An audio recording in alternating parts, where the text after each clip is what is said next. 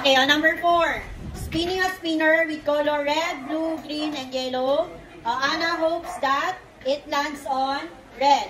First, what is the experiment? Okay, very good. Spinning a spinner. Okay, next. What are the possible outcome? Anyone? Atibagos? Very good. We have red, blue, green, and yellow. Para maging sample space, capital letter S. Then lagyan ng braces. So we have the elements of set S are red, blue, green, and yellow. Now, what is the probability of getting red? 1/4. Very good. Now, another question. Follow up. What is the probability of getting non-yellow? Ano yung non-yellow? Hindi. Ano hindi yellow dyan? Ilan yun? 3/4? Okay. 3/4. Malaki yung chance.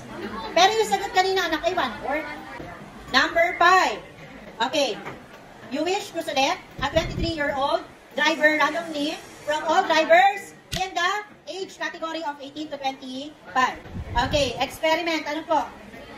Very good. Select a driver. Or pwede rin, anak, select a 23-year-old driver. What is the possible outcome? Okay, very good. Then, para maging sample space, ilagay lang po sa loob. Ano yung event natin? You wish to select a 23-year-old driver. Ilan lang yung 23-year-old dyan? Meaning 1/, very good, 1/8. Follow-up question. What is the probability of getting non-teenager driver? Ilan ba yung age ng teenager? Anak, tatandaan nyo, ang teenager, kapag ang number ay may teenager ka na. Yung 11 ba ay may teen? Yung 12. Start ka na? 13, 14, 15, 16, 17, 18, 19.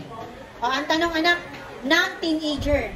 Ano yung mga non-teenager? Anong number yung mga non-teenager? 20, 21, 22, 23, 24, 25. Ilan po yun? So, therefore, we have 6/8 or just simply 3/8.